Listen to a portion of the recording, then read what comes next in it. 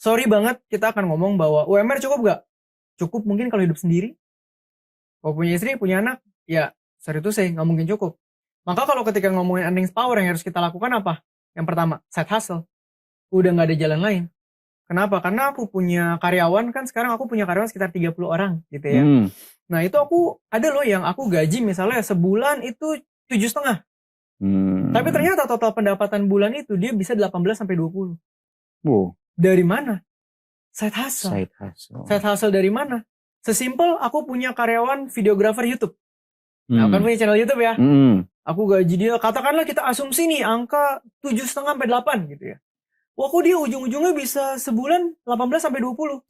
Oh, ternyata ketika aku punya kebutuhan untuk clipping podcast di sosial media, dia mau ambil.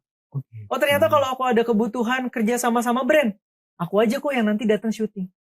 Oh, ternyata kalau ada kebutuhan endorsement, aku aja kok yang edit. Jadi, sebuah pekerjaan UMR, kita ada di sana, itu sebetulnya di sekelilingnya tetap ada peluang lain yang harus kita garap sesuai dengan tempat kita di sana. Dan tidak ada jalan lain untuk bertambah kaya selain meningkatkan earnings power terlebih dahulu. Jangan ngomongin investasi dulu tuh. Tapi kok aku kan kerjanya kantoran, simple. Aku juga dulu kuliahan. Aku bayar kuliah sendiri dari mana? Jualan kue lapis, jualan casing handphone, jualan tempered glass. Sekarang kalau di kantor, gimana? Misal, Mas Fajar di rumah ada apa ya sebutannya bibi gitu ya, auntie lah gitu ya, bibi gitu. Bisa bikin kue nastar. Wah, ya kan? Menarik. Ya kan bisa bikin kue nastar nih. Bawa sampelnya, udah mau lebaran, kasih coba teman-teman kantor. Barangkali ada yang mau, pesen ya. Dimulai dari langkah sesimpel itu. Biarpun kita UMR, kita datang ke kantor yang kiri kanannya ini semua adalah orang yang tetap punya daya beli. Biarpun UMR juga. Betul. Iya kan? Pasti ada yang bisa kita leverage ke sana. Ini baru kejadian minggu lalu. PT aku, Jim. Baru melahirkan anak kan, istrinya. Teh, gimana ya ningkatin ini? Gue sebenarnya waktu udah mentok. Simple bro. Lu sadar gak aset yang lu punya apa? Knowledge gym, badan, bukan. Lu punya 40 klien kayak gue daya belinya. Apa yang bisa lu tawarin ke 40 klien itu? Oke, gimana caranya? Bisa gak lu besok ini aja? Blender susu whey sama 10 putih telur. Selesai gue leg day ini udah ngap. Butuh protein kan? Lu jual ke gue. Gue beli pasti. Taruh aja di cooler box. Bilang sama kliennya, udah ada, pasti beli pak, nggak mungkin nggak. Kenapa? Habis squat, ngap, capek, duduk, mau nyari protein, ribet keluar lagi, di situ udah ada, tinggal ambil, dipraktekin. Oh jadi sebetulnya side hustle tuh nggak melulu kita pikirin skill gua apa, gua harus gimana. Kadang-kadang tuh ada juga yang nggak terlalu nge-skill banget sama apa yang kita punya ya. Yang penting kita sadar resources kita apa di sekitar. Karena gini, kita sering ini kan channel investasi ya. Sorry banget anak muda zaman sekarang. Makanya aku bilang, orang tuh harus kenal dirinya dan terima diri untuk bisa lihat peluang yang relevan sama dirinya. Nah, relevan. Bisa aja sekarang di UMR tiba-tiba nonton konten, sorry itu saya investment apapun lah, jeder beger-begeran, bisa ngikutin nggak? UMR di 3 juta, beger 6 juta.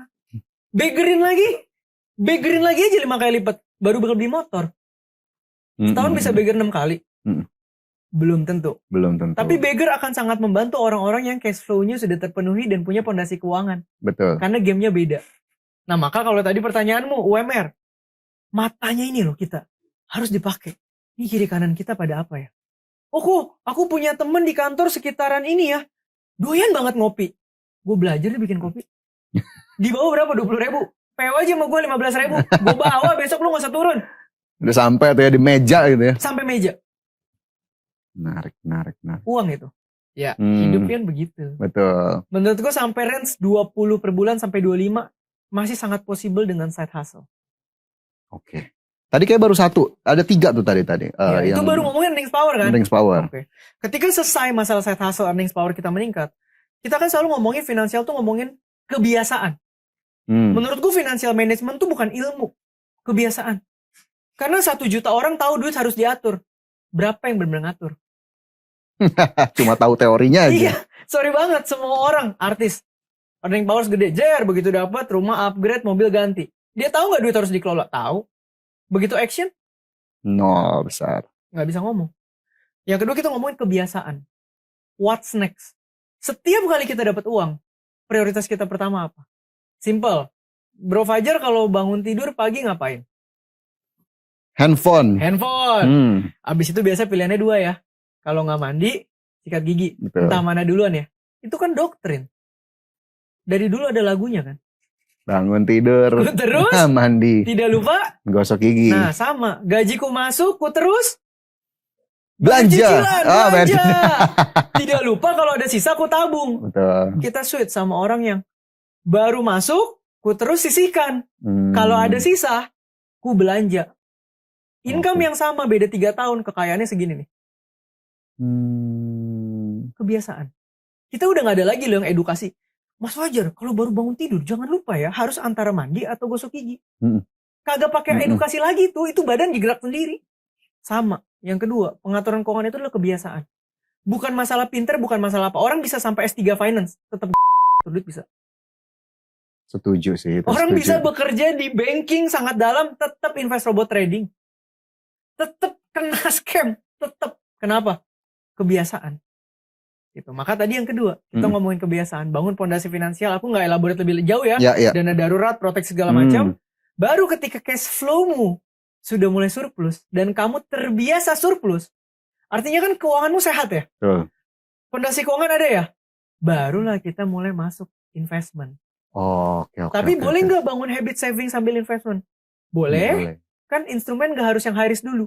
Kita bisa sambilan RDPU dulu, deposito bank digital or anything. Ketika sudah mulai fondasinya ada, nah kita bisa naikin high risk lagi. Mau saham, mau apa kan bisa mulai masuk.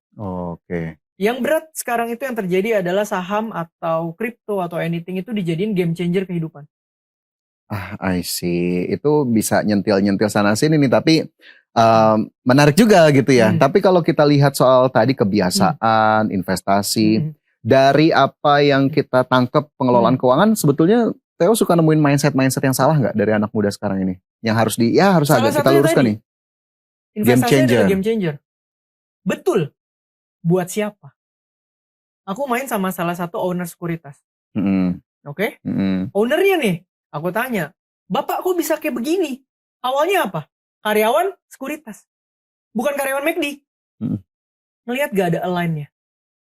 Ada knowledge-nya di sana. Karena di karyawan sekuritas ada knowledge-nya. Ekosistemnya, knowledge-nya, network-nya, opportunity-nya digas jadi sampai sana. Ya sekarang kalau yang nonton karyawan McD, bisa gak nasibnya sama? Belum tentu.